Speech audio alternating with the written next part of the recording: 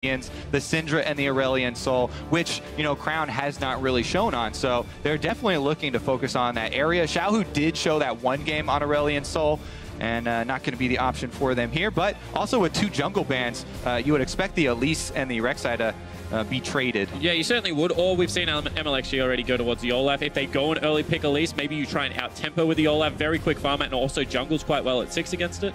Here's the thing about Olaf. Like, I really do love the champion. I think it is very good, especially in the early game. But a lot of the teams don't realize that the threat of Olaf in the late game pretty much comes entirely from extra speed boost on the team. Like, Olaf is a champion that when you pop your ultimate, yes, you are immune to crowd control, but you need extra speed to have that threat on the back line. You know, you need a Sivir or a Karma. Karma's already banned out, so that would kind of, you know, diminish the options for the rest of your champion pool. And the ultimate is kind of a double-edged sword because you need it for the breaking CC, but you also need it for the AD to assassinate that AD carry. Exactly. Like, that's why the champion can look very, very good and very, very bad. I still think it is, you know, there are proper uses for it, and I think it can be used well, but we will wait to see till the pick ban fills out here, as the Caitlyn, extremely high priority for a lot of those bot lines. You said, you know, a lot of the bot lines are focusing on, you know, winning in the CS, and the Caitlyn traps have also been a huge asset surrounding the objectives. And that's going to allow Samsung Galaxy to maintain any sort of advantage they get early game.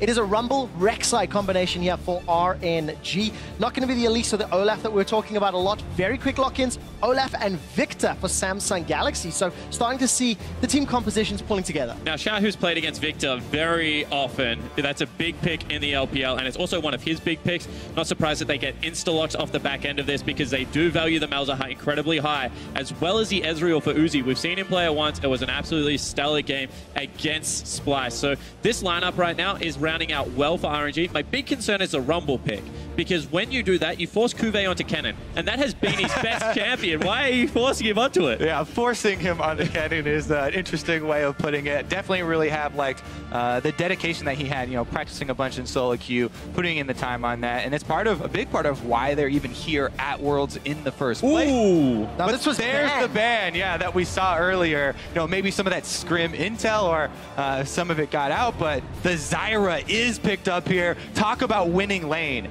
Caitlyn and Zyra, one of the most annoying poke lanes down bottom. So much damage potential. But that is a gauntlet thrown from a very new AD carry support combo, and if he goes with Alistar, kill threat. If he goes with Nami, sustain threat.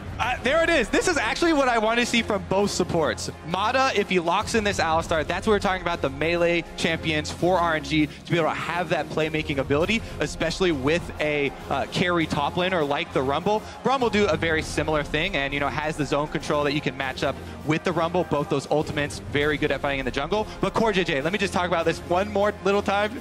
Spot, I see you trying to tap in, but Kiwi Kid is one of the original support Zyras this season, and CoreJJ did play a lot with Kiwi Kid very closely. He's seen firsthand the potential that this champion does have in the bottom lane. Said it earlier, it's that ex-Dignitas talent showing up here. That was props, dude, come on. Give credit where credit's One thing due. I will say, if you did watch the Kiwi Kid game, in the end he was like a 6-item mage, pretty much running around the way we've seen Lecrit. Went full damage on this champion. I have to say, it is one of the funnest things to watch because it's very important to get bush control with that combo as well. As impressive as it can seem at times, it can also fold very quickly. If MLXG gets down there very quickly, they're pushing up, they don't have, you know, all the spots warded, which is extremely difficult versus Rek'Sai, especially early on in the game, and being on that blue side. So I'm very, very excited for that match. I think it is going to be the volatile lane, but you have to hit on Marta's Braum, because Mako had an interview where he was like, Marta can't play Braum in the lane. And everyone was like, why? And he was like, it's simple. He just can't hit the Q. I don't know what it is. He's great on all other skill shot champions, but the Braum Q just evades him. And I think that the only way you win this lane is hitting multiple Qs on Braums, multiple poke on Ezreal, and then getting the Rek'Sai down. Winning the lane versus Caitlyn Zyra, those are very strong words. The only way. Exactly, because it's a risk. If you win the lane versus Caitlyn Zyra, it comes from Rek'Sai coming down and Braum going in with the Q flashes and hitting them. If he misses those, they die. And trust me, Marta and Uzi do not play to go equal in lane. Ladies and gentlemen, we have our first support Zyra of Worlds 2016 in the hands of Samsung Galaxy on the cusp of qualifying for the quarterfinals. All that stands in their way is Uzi, Mata, and the rest of RNG. But they've got very strong lanes here that could work out in their favor. We've heard time and time again, RNG do not play well from behind. They do not play well when they're under pressure, and there's a lot of champions to apply pressure. I think that is a very good point to bring up, because week one, we were talking about RNG and we were like, oh my goodness, the way they beat TSM, they were so much more controlled. They actually, backed off of losing scenarios, but today they have been very headstrong and a little bit too risky. See if Samsung can actually punish them for that, though.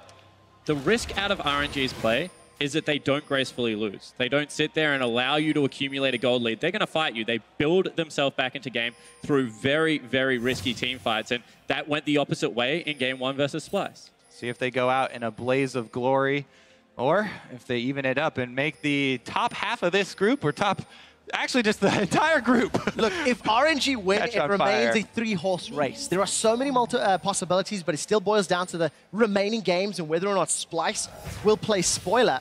Samsung Galaxy want to avoid that. They just want to lock in that spot, guarantee at least a top 8 seeds. All right, so as we've been, really concentrated on the group and all the implications here as the day winds down, we did have some early vision also placed here. This is incredibly important for RNG, because you expect the Olaf for the quickest clear to start on the blue for the extra mana and cooldown reduction, but he does have options. You don't have to start there. So they've confirmed this is topside blue start here from Ambition, and we were talking about MFG and the possibilities of his early influence. That's where a lot of people fell in love with this jungler, right? Where the days of his red starts into level 2 ganks and the very creative pass. So looking to see something special from him. Well, a lot of poke already going down. Mata and Uzi on the back foot at early level, as to be expected in terms of this matchup, but Mata and Uzi moving forward. It certainly is, but how patient can this duo be? Because you can see already they're walking back up and they get some return poke themselves. Braum is such a volatile lane, especially with that exhaust. If you jump onto a melee creep as the support walks up, you can get the exhaust down and get a lot of damage on. Right, there are a lot of tricks with Braum to try and make sure you land those Qs. The bush control, jumping to the creeps for Taxi, Q flashing, making sure you get that auto in there. And they're going to have to bide their time, until they have that extra kill support, because side lane bush control is not going to be there in the early game, and there's always the chance that the enemy jungler, if you haven't seen them, are waiting. Look at the mid lane. Enemy jungler from Samsung Galaxy. This is MLXG waiting in the mid lane. Crown decides not to overextend. Here comes MLXG. Flash is available. Will they trade it? Xiaohu's going out. Malefic Visions is tagging for the damage. Now, getting it away. You may think, why wasn't he more patient, and why did he go right at that moment? If you also watch what RNG are trying to do there, the cannon minion just went down. So even though that gank resulted in no summoners, or actually did result in a summoner, the ghost was also blown. It also resulted in denying a cannon minion and a decent amount of damage there onto Crown. So that was a very successful gank, actually, in my book, even though it was not flashy. But at the end of the day, the investment is still quite high, because now with the push in bottom lane, push in mid lane, you can pretty much invade if you are Ambition onto that blue buff, and you can see that they're going to contest right now. Yeah, if you look at their Ambition was just chased out. Wow, deadly spines as well. Uzi chunked below 100 hit points. Ruler and Core JJ ruining Uzi's life. Summon a heal as well. All right, there we go. We return to the invade here that Ambition had underway, does come away with it, has the level lead over MLXG as well, and they've got side on him as well. He's being hunted at the moment. But that's all off the back end of Mata going to try and help MLXG. I mean, it leaves Uzi alone behind the turret. They're good enough to punish. Now Ambition has complete control over the bottom side. MLXG's trying to push out mid, and that means bottom's wide open to a gank. Well, going to be a lot of pressure on RNG if MLXG makes his way down. Wave is being pushed into Crown, and Ambition still in the enemy jungle. Yeah, still pretty risky, as even though MLXG was showing mid, he was applying pressure, because if you push up that mid lane with your mid laner, it forces Crown to CS at his turret. So that means if they went for the dive, it would just be the 3 versus 2. Oh man, look at this wraparound though. This is exactly what we talked about, the all-in from the... He missed! He can't hit the Q! Set that up, in lane, no slow, no CC to follow. Honestly, it still would be fairly risky even if they did hit it. This is a full summoner Caitlyn Zyra duo, so everything does have to go perfectly for that to work in the end anyways. And one of the worst things that would definitely blow up in the game is if you try and gank that powerful damage output of the Caitlyn Zyra and you mess up that gank this early on. But I feel it's worth the risk because they're 600 gold behind in a laning phase, and you expect Uzi and Mata to win, so you have to be able to throw that out. Hit your Qs then, bud. Yeah, well, we've heard that he can't from multiple sources. We got a quick glimpse there of Lupa in the top lane. Still sitting in lane 36 CS to 34 for Cuvée, approaching their ultimate status. And of course, teleport is available for Lupa, so he should be able to back. But look at the itemization differences. Yeah, so the big thing here is that they actually burn the teleport because they know that RNG wants to play around bottom lane. And with teleport, Echo has priority in this lane. So now Lupa has to match, and now it becomes that war of attrition between the Echo and the Rumble. And this is a lane, you know, both melees here that can be tipped very heavily by the jungle. I just want to revisit Ambition, because Ambition is a guy who's worked so diligently to get here. You know, after 5 years, finally at Worlds, he is crushing in the jungle matchup. Almost all of the gold lead is on Ambition, almost over 400 right now in comparison to MLXG, and he's 2 levels ahead. Olaf with ultimate, he can actually just crush right now. He's got Ghost ready, and any lane that gets pushed in or any lane that SSG have priority in, he can visit and go for a dive. Ambition also picked up an early pair of Lucidity boots, going to get around, throw out even more Undertows, potentially more Ragnaroks. Pressure on his side. But as it stands, none of those lanes are targets just yet. RNG under their towers. Got to be very, very careful. There he goes. Now who's got the passive up? It's a 2-on-2 battle. Ambition going to keep running. Call of the Void silences him. Here comes Mata. That chair tags. Ambition's running for his life. Ghost and Ragnarok is up. Flash forward. Now the cross was too late. Xiaohu's caught. Here comes Core JJ. Xiaohu's running for his life. The Malefic Visions burning down Ambition. A flash forward. The lost zap. And it's Crown with first blood. The final second of the Ragnarok actually breaks the tether, and that means that Xiaohu comes up empty-handed. I got no words for you there, Spawn. That was rushed from Xiaohu, and it cost him his life. It cost him the first blood, but up top. And let's see who comes away worse for wear. Lupa threw down the equalizer, is about to overheat. Cuvée still got access to that chrono break and not going to get needed. He's forced Lupa away. No summoner spells blown. Advantage, Samsung Galaxy. Definitely costly mistake here. Let's have another look. It was a great punish because Mata roams first, so they have advantage, but there is no reason to do that early. And Xiaohu pays the price for it here. It went over to Crown as well. Crown's Victor, we just saw him be a hard carry for Samsung. He definitely has the confidence, and now he's got the gold to back it up. And this is what I'm talking about, the inability to lose the early game gracefully. That is a forced play. You can take the Ghost, you can take the ultimate, back away scot-free, and reset up your gank off mid lane because you know the counter gank is much harder. Instead, they roll the dice, and now they're getting punished everywhere. I clenched. A little bit of damage. BF sword for Rula. Mata manages to escape with his life. No summoners. And Samsung Galaxy, plus 1,600 gold, got themselves first blood. Looking at those item differences, as if Uzi didn't have a tough enough time. Now he's got Pickaxe Tia into a Zyra, Kate, BF, and he's going to lose his tower. Exactly. The Zyra support takes its toll. Constant pressure there. First blood, first turret, and SSG with a huge, huge lead here. They're just looking so clean and controlled. This is how Samsung Galaxy took Team Solo mid down in the early game. However, they did cause a few problems and a few mistakes in the mid game, so let's see if they cleaned that up from earlier in the day. Ambition gonna give MLXG a gentle love tap. But this has always been the problem playing against the Korean powerhouses. As soon as you make that one mistake, as soon as you give them the window into the game, they just run away with it because they are so disciplined and drilled that they don't make the same mistake back. We'll see whether Samsung Galaxy is one of that top tier, because right now they are looking at it today, but mistakes have still been in their gameplay. And those mistakes are what RNG are going to be looking to punish. We're approaching 10 minutes. We've not really seen Lupa get involved. He's down in CS. Teleport will be available very, very soon, as is that equalizer. And he's been under quite a lot of pressure from Cuvée, because every time we have caught glimpses, it's Cuvée pushing the wave in, and you can see Cuvée on your screen roaming towards the mid lane. Should run into MLXG shortly. It's going to be interesting to see whether they can play around Lupa, because honestly, all tournament long, Lupa's kind of been on an island, and it's weird seeing him on Teamfighters on an island because it doesn't really do all that much for them. Also, if we look across the side at, you know, transitioning into the team fight phase, what Looper's going to be playing against from SSG.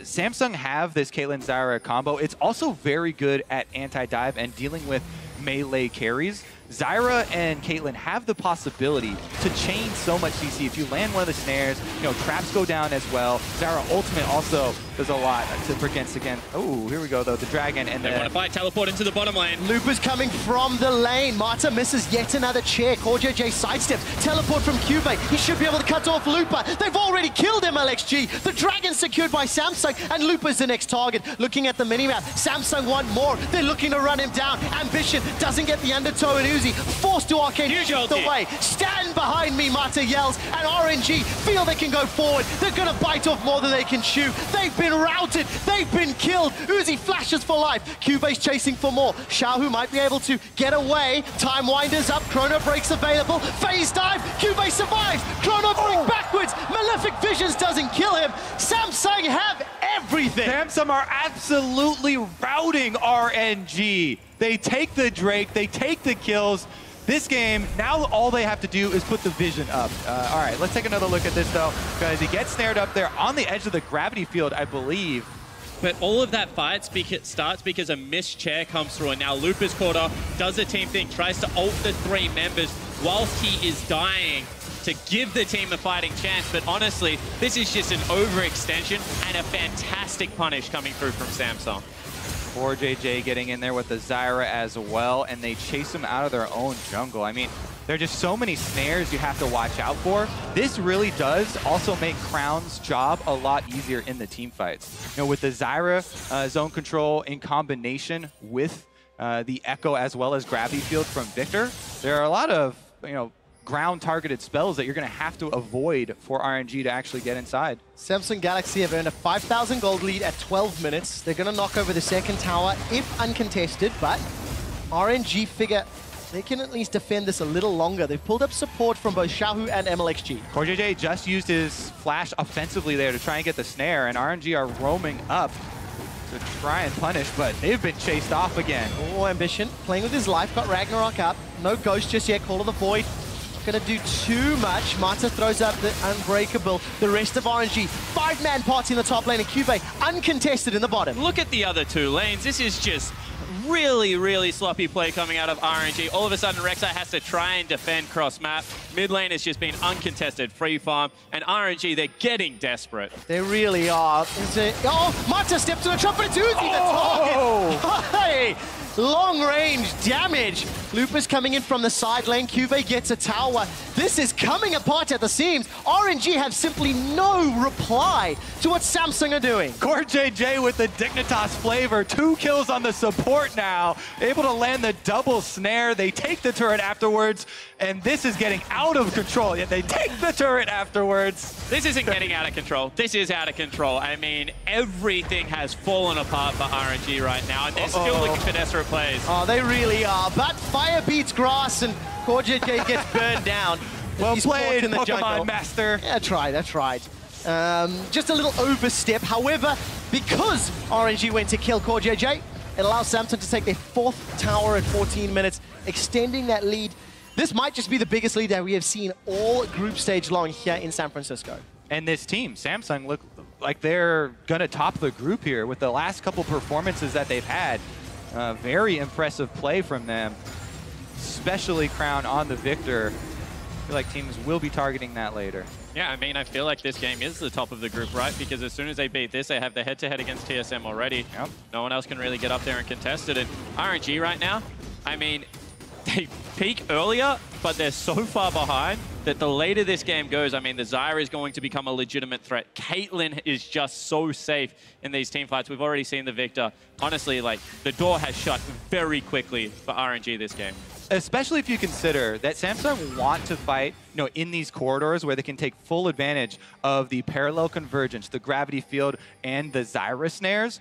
They're moving the fight up into the jungle. They're taking it to RNG's side of the map. They've got so much vision control now. They would love it if they can catch RNG, walking through those. The thing they do have to watch out for, though, is that if you're in the jungle, Rumble Ultimate and Braum Ultimate, still very good line combination spells there that can turn a game around if you're not careful. This one, though, 8,000 gold. Usually you have to take that account when you're talking about turning it around, and Samsung look like they've got that under control. Samsung would have to stand 5-man on top of a Glacial Fissure equalizer combo to have that 8,000 gold lead eroded. But the way Samsung Galaxy have been playing throughout the course of this game and their game earlier today, it is just fantastic progression from week 1 to week 2 in Spawn. I want to talk about their prospects going forward after this fight. MLXG flashes forward onto Ruler. Ruler tries to 90 caliber away. There's no flash available. They get a kill. Remember, fire beats grass. CoreJJ is strangled down. Looper takes him out, and RNG, they don't need a jungle, they just TP in for 2. And I mean, sure, this looks great. 2 kills, unresponded, but still in the top lane. They're looking to set up for another turret. That's being chipped down by Kuve. Mid lane is still being pressured fiercely, and they can't get one back for themselves.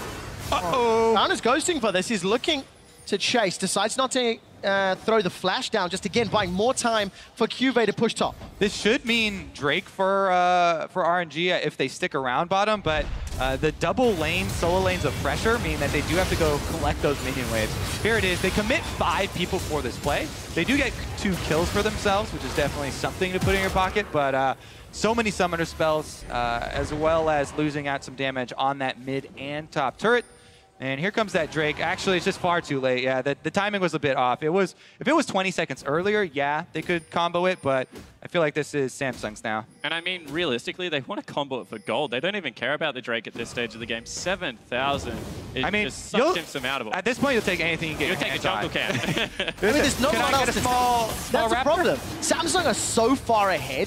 They need to push their vision and their control so deep, it allows for those double kills plays to actually happen. Admittedly, that was just at the first tier turret. But Samsung, they get their second Ocean. That's a lot of regens. They can back away from any Malzahar or Ezreal damage that is landed. And the next Infernal will help Samsung, if they secure it, push to close this game out. All right, and I do this far too often, but the one bright side there is that Kuve didn't go tank first, he went Trinity Force, and the Olaf isn't as tanky as you would like him resistant-wise, and there is some good damage items right now. If RNG find a window where it's a 3v5 or something like that, they can still blow a member up, but that window is going to close incredibly quickly. Also remember, they would have to do that multiple times to get back into this game.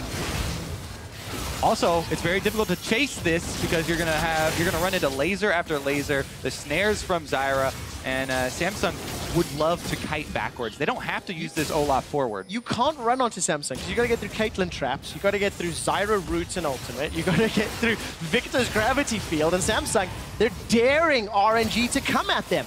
Just keeping the chip away at this inner turret, looking at MLXG, no flash available, looking to tunnel under a Galaxy member. Ruler flashes away, still gets knocked up. Equalizer's not great, Stranglethorns blocks off any further engage. Royal are running for their lives. Ambition takes a lot of damage, but look at Xiaohu, he's being chunked down. Chaos Storm takes him out. Ace in the old fired, so that's a cooldown blown. Look at the damage onto Uzi with that last tick. Samsung get 2, phase dive the tower, they'll get the tower as well. And as Rusty says, this team loves to roll the dice, but it just is not coming up their number today because Samsung too good. Kite back, disengage the fight, and then re-engage at the perfect moment, taking down multiple members and getting the objective. It's so difficult for RNG because they can't split push, they can't team fight, they have to hope for an error from Samsung, and they're not giving it to them. You can see constantly Caitlyn traps all around the perimeter here. Great disengage there. That was an example of CoreJJ with the Zyra ultimate.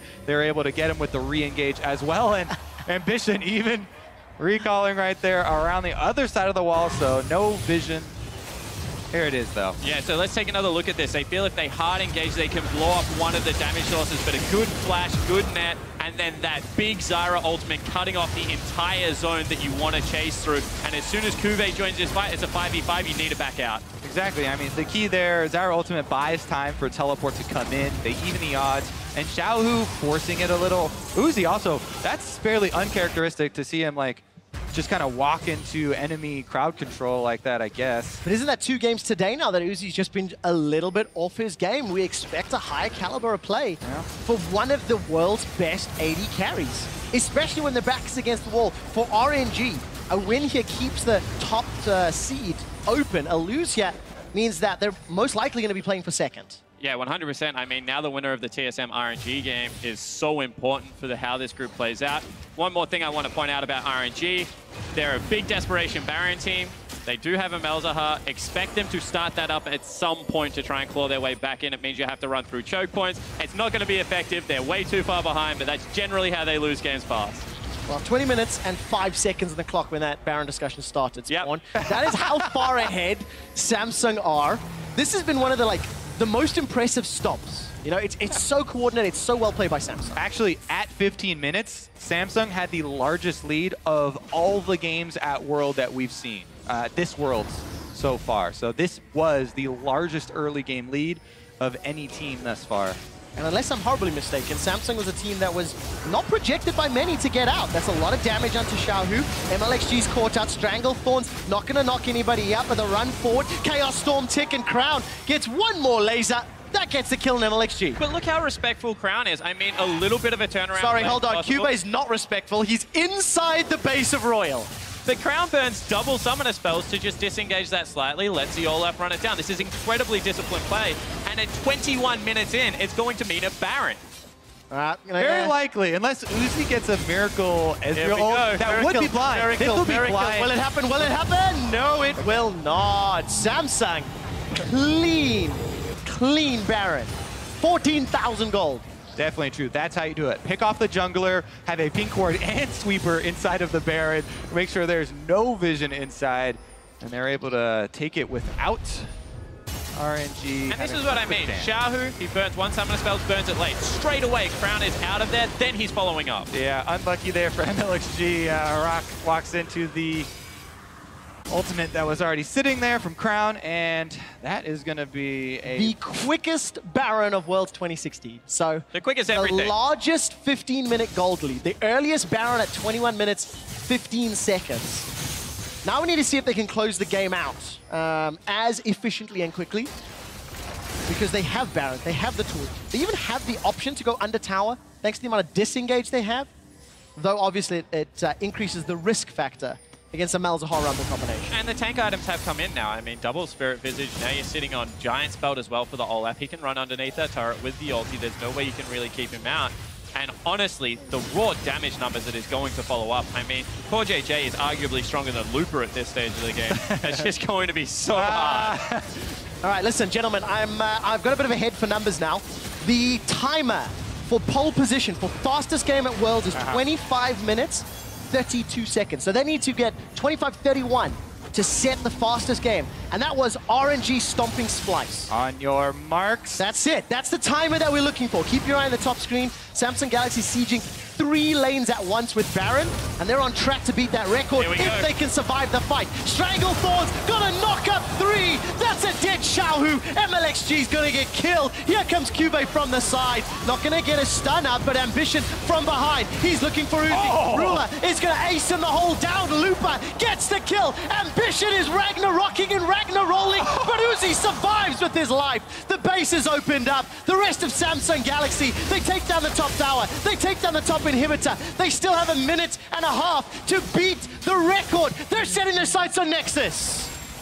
What does this tell you about the Samsung Galaxy lineup? Able to do what they did to Splice and destroy them. They are doing it. The Nexus turrets are falling. There's no support from Royal. Never give up. And Samsung Galaxy win the fastest game of Worlds 2016.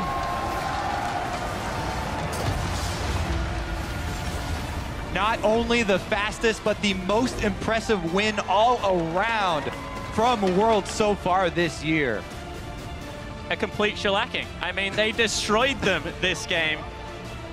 That was as one-sided of any game of League of Legends you will ever watch, and you can see it on Uzi's face. They had opportunities in the bottom lane specifically, but just could not get it done. What has happened to Xiaohu? At MSI, he was so good, had so many strong moments, but he was absolutely destroyed this game. Give Samsung Galaxy their best champions. Allow them to play. I mean, that Zyra was a surprise. TSM knew about it. TSM had it prepped, got rid of that from the play. Uzi and Martin never had a chance. Never had a chance. I mean, when you have a look at it, Uzi and Marta go away from Comfort. They lock in the Braum. We've already said Marta's Braum is not great, specifically in lane. Alistar is up. Alistar Rek'Sai combos ganks so incredibly well, but they try and play for the later stages of the game, and another Chinese team gets punished for it. If that exact play that we saw down bottom, if he was on Alistar instead of the Braum, that was a guaranteed engage. There's no way that you, well, I guess they could flash the headbutt. But then Rek'Sai follows up. I completely agree. You flash one, the next person follows up. Realistically, they should have gone for the play regardless, even